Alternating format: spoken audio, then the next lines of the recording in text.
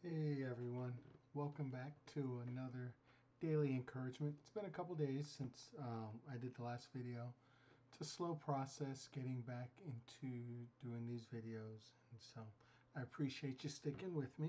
If you're new to my channel here, what I've been trying to do, what the goal is to literally, as as the title says, present daily encouragement to you.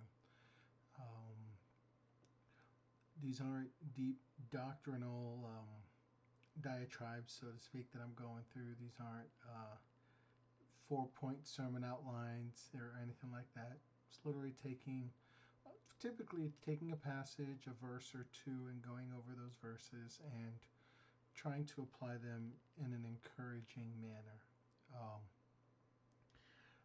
just being transparent, there's been a lot personally that's been going on that has um, kind of served as a little bit of an attack, I think. Satan trying to discourage me, and it's working a little bit. So um, I'd appreciate any prayers as you are watching this. And what I'll let you know is that I'm still going to keep plugging forward, and we'll make it through this. But what I'm going to do is share with you um, today and for the next few days thoughts out of honestly the arrest, the trial, the crucifixion, and eventual resurrection of Jesus. So we're going to be going out of Matthew 26. And what I'm going to do is I'm going to go till I look at the time and feel like, okay, we've gone long enough, and then we'll continue with the next day and the next day. But I want us to be able to find encouragement because it's easy to look at circumstances that are around us and to let those circumstances drive us and impact us in a negative way. I know, I understand, I get it. And what I want us to do, just being transparent, one of the things I hate, because I catch myself doing it and I catch others doing it, is that you relay a situation you're going through. Hey, I'm having a tough time at work with coworkers, or I'm having a tough time dealing with my children, or whatever it might be, and someone gives you they give you unsolicited advice. Okay, and a lot of times they're trying to be, if they're good friends, they're trying to be just that. They're trying to be good friends, but then the advice they give you is based upon their experience, and I find that it's going to sound bad. It can be helpful. Those kind of encouraging times can be helpful, but a lot of times, to the person being encouraged, it may come across as judgment. It may come across as sticking your nose where it doesn't belong. There's a lot of negative thoughts that can go along with it, and so what um, the desire ends up being is that more of, hey, can you just shh, just quiet.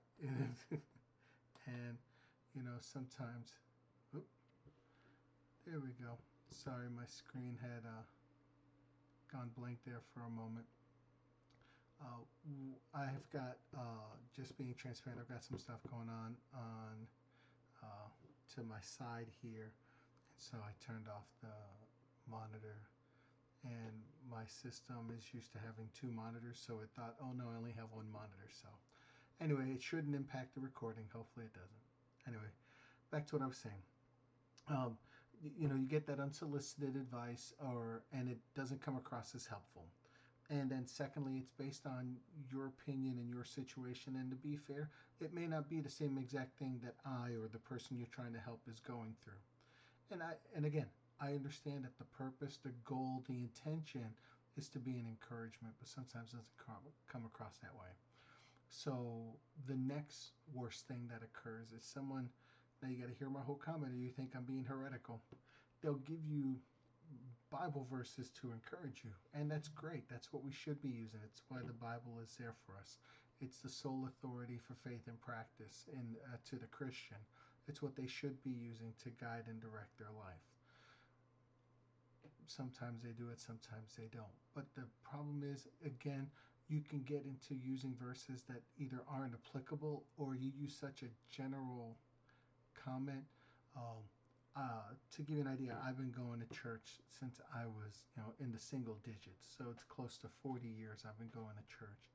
And during that time, not that I know everything, but I've heard a lot of the typical generic attempts that someone gives at trying to be encouraging. Uh, don't worry, God's going to see you through. And guess what? He will. But there are times where that phrase isn't going to help me at the moment because I know that. I've understood that. But my struggle is I'm having trouble accepting that, and I don't think you telling me to accept that is necessarily going to help me with that. That's now part of that. It might be my own pride or my own sin nature. But what your goal is, it's not going to work, and you're already destined to fail. So I say all that to say this: what should we use as an example? Let's use Jesus because he was in all points tempted like as we are, yet without sin. And the Bible tells us many times he understands things that we go through. Yeah, and I genuinely believe he has the ability to look inside of us and to see and to know how we're feeling and to know what we're thinking and to know where our struggles are. So let's look and see the example he set for us. So I see that I've used so much on introduction and everything. So like I said, I'm trying to get back into the process of doing this again. So I'm hoping not to go too long.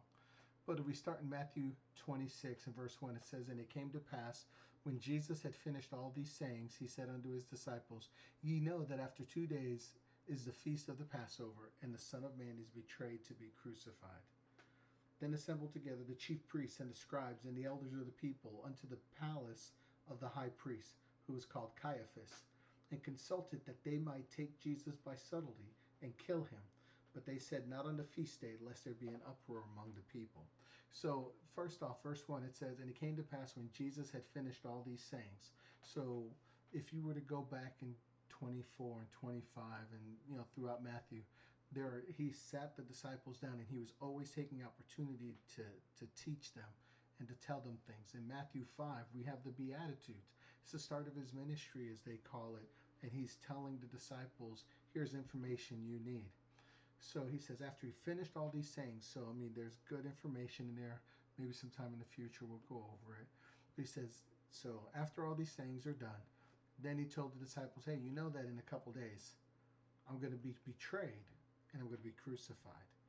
Then it tells us almost like a story that the chief priests, the scribes, those that are in authority, they want to crucify Jesus. The things that he's preaching goes against their beliefs and it's going to hurt their bottom line. So he wants to take them out, or they want to take him out because he's ruining their lives, so to speak.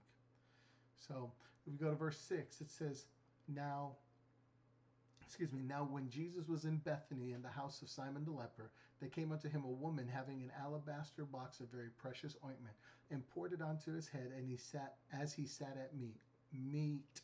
There we go. But when his disciples saw it, they had indignation. They were angry, saying, To what purpose is this waste? For this ointment might have been sold for much, and given to the poor. When Jesus understood it, he said unto them, Why trouble ye the woman? For she hath wrought a good work upon me. For ye have the poor always with you, but me ye have not always. For in that she hath poured this ointment on my body, she did it for my burial. Verily I say unto you, wheresoever this gospel shall be preached it though in the whole world, there shall also this that this woman hath done be told for a memorial of her. So, long story made incredibly short. So Jesus is at Simon the leper's house, and there's a woman that came to him and had a container of ointment, very valuable ointment at a high cost, especially to her because uh, as the story's told us, it's not like she's super rich, and she used it to. It says it poured it on his head. She used it to be a blessing to him. When Jesus understood, and he said, "Now look, these disciples sometimes get a bad rap because, like, we could have used this money to take care of the poor. They were still trying to help people, but they got so caught up in their work, they missed the true opportunity to be a blessing." How does this apply today? I've gone super long, and we've only gone through 13 verses. And how does this help you today to see this passage? One, the question I would ask you first: are you about your Father's business? It's told to us early in the Gospels that Jesus, as a child, was about his Father God's business, and he was teaching. Even as a child, was teaching because he was God. And his mother was like, his parents were like, "What are you doing?" And he's like, "Don't you know? I must be about my Father's business." In this story here, it tells us that Jesus knew he was going to be betrayed, and yet he was still out having fellowship with Simon the leper, still out knowing he was going to have this interaction with this lady, and still have another opportunity to teach the disciples. At the time that he could start being discouraged because the people he loved were going to betray him, he still focused on what the task was at hand. Are you doing that today? See, the things that discourage us sometimes are just side issues. They're just, forgive how I say this, not important enough to be so bogged down and discouraged by it. But we do. We get discouraged. And instead of focusing on going forward, we allow whatever the thing is to slow us down, to bog us down, and prevent us from being about our Father's business. What is it that's discouraging you today? Is it preventing you from doing what you're supposed to be doing? Maybe you're so discouraged you don't want to go to church. That's a wrong way to do it. You should be in church. You need to grow. You know, people say church is like a place full of hypocrites because you got a bunch of people that are still sinning, still doing wrong. Yeah, you're right. It's a hospital for the sinner. It's not a luxury, what do you call it, like a country club for the cocky and the arrogant. So are you about your Father's business?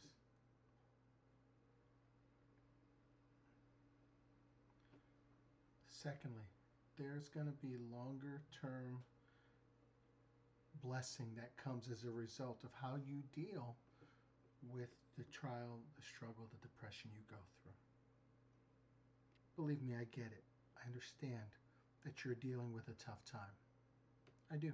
I mean, I don't have to know the exact tough time to know you're going through a tough time. But what I can tell you is that if you are doing your best to serve God and you're going through this time, He's got something He's trying to teach you, something He's trying to get you to get a hold of. And you may not see it right now. Look what this said. This says at the end of verse 13, wheresoever this gospel shall be preached in the whole world, that there shall also this, that this woman hath done, be told for a memorial of her. When do you hear about a memorial? It's after you've gone. We celebrate Memorial Day. Why? For the people that have passed away, that gave the ultimate sacrifice. It's not for the living soldiers that are defending our country. They deserve honor, don't get me wrong. That's not what I'm saying. But when you celebrate and recognize Memorial Day, it's for those that gave their sacrifice. This right here, at least that's how I'm looking at it. This is an application I'm trying to make to you today. Understand that in the end, when you get through whatever the thing that's depressing you, whatever's discouraging you, whatever's beating you down, when you get to the other side, you'll be able to tell about the grace of God. You'll be able to tell how He got you through. Then, when you read the verse in Isaiah which says, He healeth, or in Psalm, that He healeth the broken in heart and bindeth up their wounds, you can speak to that because you've been there. Now, you're not going to give it unsolicited and you're not going to make some generic comment, but what you're able to do is that if you've got someone you know that's going through that hard time, you could say, hey, look, back in 2024, I was dealing with rough situations with my coworkers. I was dealing in a rough situation with my spouse, with my parents, with my children, whatever it is. And you'll be able to say, in the end, God got me through. I just had to trust in Him. I just had to rely on Him. And you know what? He got me through. That's the first part of Matthew chapter 26. The goal is to get all the way through to 28, and I know there's a lot of verses. Next verse we're going to talk about starts in 14, where we read about the betrayal of Jesus and try to figure out how to be encouraging through the betrayal. But remember, be about your Father's business today. And then secondly, understand at the end the testimony that you're going to be able to have for the Lord and how good He is. It's going to be incredible. Thank you so much for taking the time to join us. I see I went super long. I promise you we'll cut these shorter as I get more and more back into doing this. But thank you for taking the time. I just ask if you like it, subscribe. We've got this running on multiple platforms, multiple websites. So this isn't intended for money, but what I'd like to know is that it's doing you any good. So definitely feel free to pass that along. And until the next time, my name is Lewis. Thanks so much. And take with you that daily encouragement.